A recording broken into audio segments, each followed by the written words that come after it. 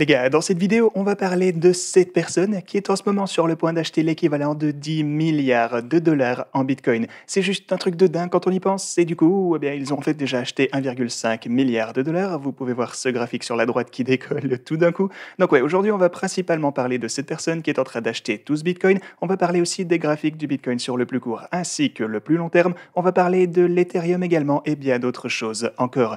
Donc ouais, bienvenue à tous, je m'appelle Maxime et je vous apporte chaque jour des nouvelles vidéos en français sur les crypto-monnaies en vous apprenant comment vous faire de l'argent sur ce marché. Si vous êtes nouveau sur cette chaîne, alors soyez sûr de vous abonner et d'activer la cloche dès maintenant. Et avant qu'on ne commence à parler de tout ça, je vous rappelle qu'on a le salon Telegram en français qui est dispo dans la description. Merci à tous ceux qui sont venus interagir dernièrement et j'espère vous y voir également très bientôt. Alors, ceci étant dit, commençons tout de suite sur l'intervalle de 4 heures ici les gars, parce que ce que vous pouvez voir sur ce graphe en particulier, c'est qu'après avoir assisté à ce rejet dans les environs de 48 200 $, eh bien vous voyez qu'on a cette ligne orange ici à 47 000 du coup. Comment elle a fait tout son possible pour supporter le prix du Bitcoin. On a 1, 2, 3, 4, 5, 6, 7, 8, 9, 10, 11 et 12 fois ici en dehors de toutes ces, disons, 15 chandelles peut-être au total. Donc vous pouvez voir un peu à quel point cette ligne orange est importante. Voilà donc évidemment un niveau que vous pouvez utiliser pour trader parce qu'en ce moment on est en train de se consolider entre ces deux lignes oranges juste ici.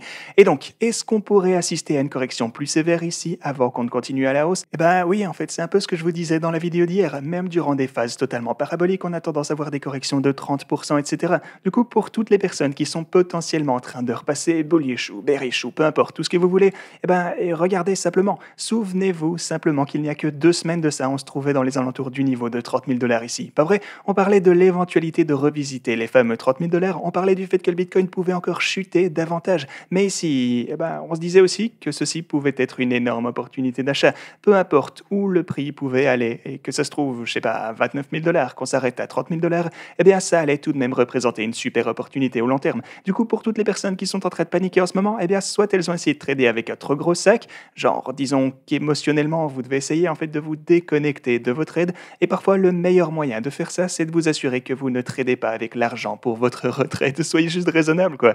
Je vous dirais qu'en fait, à moins que vous ne comptiez acheter et conserver une crypto pour longtemps, vous devriez vraiment essayer de ne pas avoir peur dans une situation comme celle-ci où on vient déjà de monter de 40%. Il faut savoir relativiser même si on est en train de latéraliser. Donc ouais, le plus probablement, les gens qui sont dans cette situation ont acheté à un niveau plus élevé, quoi qu'il en soit. Du coup, ouais, tout ça pour vous dire que si vous avez de la conviction par rapport au Bitcoin, alors je pense qu'il y a quelque chose de gros qui est sur le point de se produire. Je vais bientôt vous parler de ça tout de suite, mais maintenant sur l'intervalle hebdomadaire, je peux vous montrer le prochain niveau de support si on est à avoir un petit retrait prochainement. Évidemment, il se trouve à cette ligne rouge jusqu'ici, qui se trouve à 42 000 $. Du coup, ça va être important. On va aussi évidemment avoir l'intervalle journalier de ce côté, avec la résistance de ce triangle qui va maintenant se comporter comme un support à 44 500 $. Donc ouais, on a pas mal de supports importants ici pour le Bitcoin. Tant que maintenant, il n'y a vraiment aucune raison de paniquer. Par contre, un truc à noter, c'est qu'on s'est bel et bien fait rejeter par notre fameuse moyenne mobile de 200 jours, la ligne qu'on a juste ici. Tout ça est donc assez logique et je pense que ça n'est une fois encore qu'une question de temps avant qu'on ne puisse continuer à monter. Voilà mon opinion. Le seul truc qu'il faut vraiment, c'est qu'on soit capable d'encaisser quelques coups sur la montée. Il faut savoir gérer ses opinions et il ne faudra pas s'effrayer trop rapidement et se souvenir que même durant une phase majoritairement parabolique, vous allez toujours avoir des chutes plutôt impressionnantes. Mais ok, maintenant avant qu'on ne parle de cette énorme whale du Bitcoin dont je vous parlais dans l'intro et qui est sur le point d'acheter 10 milliards de dollars en Bitcoin, eh bien parlons un petit peu de notre Ethereum. Vous savez qu'on avait cette ligne de tendance descendante sur l'intervalle journalier, on voit très clairement ici qu'on a fini par la dépasser. Donc ouais, tout ça c'est cool, mais ici sur mes niveaux de support et résistance, vous voyez aussi qu'on a eu pas mal de mal à entrer au sein de la boîte orange ici. Par contre, une fois qu'on y est parvenu, on peut maintenant voir que le bord de la boîte orange nous prouve être un support assez sympa pour l'Ethereum. Ça se trouve en ce moment à 3360 $ et le prochain niveau de résistance, lui, va se trouver à 3680 $. Mais ok, ceci étant dit, parlons tout de suite de cette énorme whale du Bitcoin ainsi que le tout gros changement de tendance que ça pourrait provoquer pour les marchés des crypto-monnaies ainsi que tout ce que ça va pouvoir signifier. Alors, cette adresse est supposée appartenir à la fondation de Luna. Luna, que vous connaissez peut-être sous le nom de Terra également. Et ouais, parenthèse, pour être honnête, j'ai été un peu en retard sur le projet. En fait, je n'ai commencé à investir dans Luna que depuis, disons, les 6 derniers mois ou ou un truc du style, mais certaines personnes m'ont parlé de ce projet il y a maintenant plus d'un an, peut-être même un an et demi. Mais bref, quoi qu'il en soit, le projet est en train de faire de grandes choses. Et ce que vous pouvez voir, c'est qu'ils ont annoncé à un moment qu'ils comptent soutenir leur stablecoin avec du Bitcoin. Et en fait, je vais vous expliquer pourquoi je trouve que c'est totalement brillant ici dans un moment. Du coup, Do Kwon, qui est le fondateur de Terra, a annoncé plus tôt ce mois-ci qu'il comptait accumuler un équivalent impressionnant de 10 milliards de dollars sous forme de Bitcoin afin de les ajouter aux réserves de Terra. Et pourquoi est-ce qu'ils comptent faire cela? Eh bien, c'est dans l'optique de soutenir leur stablecoin. En ce moment, ou en tout cas jusqu'à maintenant, leur stablecoin UST n'était supporté que par le jeton Terra Luna, qui est bien sûr un altcoin avec toute la volatilité qui va avec. Ils comptent donc acheter ces fameux 10 milliards et aussi, eh ben, on a cette adresse qui est supposée leur appartenir et ils ont déjà ajouté l'équivalent de 1,5 milliard de dollars en Bitcoin.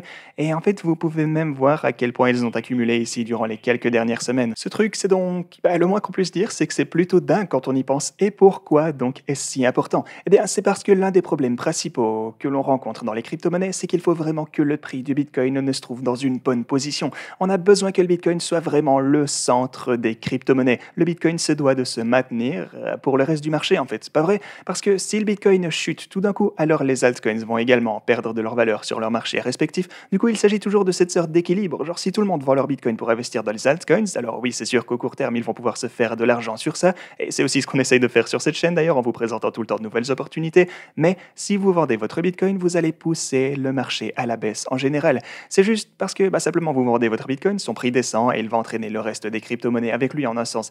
Et c'est pour ça qu'on a besoin d'une sorte de mécanisme afin que le Bitcoin ne continue à être acheté et que les gens ne continuent à holder leur Bitcoin.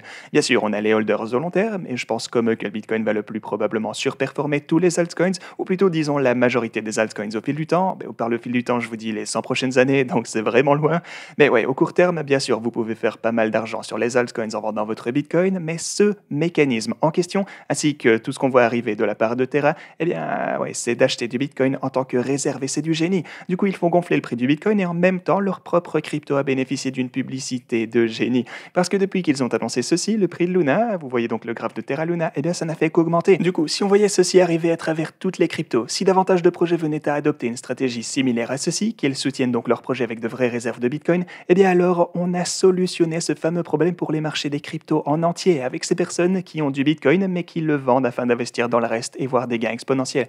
Et c'est un peu le problème qu'on a déjà eu en fait. Genre si vous regardez ici un peu les plus gros gagnants durant cette semaine, il est où le Bitcoin? En fait, il est ici tout en bas, donc laissez-moi aller le chercher et vous l'amener ici au milieu. Ouais, vous pouvez voir qu'il est loin d'être le plus gros gagnant de toutes les cryptos ici, mais si tous ces projets de crypto venaient donc à acheter un peu de Bitcoin afin de simplement soutenir leurs réserves, alors le Bitcoin verrait encore plus de gains et tous ces jetons bénéficieraient donc de ces poussées également, ce qui nous permettrait peut-être alors d'obtenir la plus grosse course qu'on ait jamais vue dans les cryptos en termes de pic à la hausse. Donc voilà les gars, c'est un peu ce que j'avais pour vous aujourd'hui. Voilà plein de nouvelles intéressantes, quoi qu'il en soit. Mais que pensez-vous de cette réflexion? Faites-moi savoir tout ça dans les commentaires. Et voilà, quant à moi, je vous dis tous à la prochaine.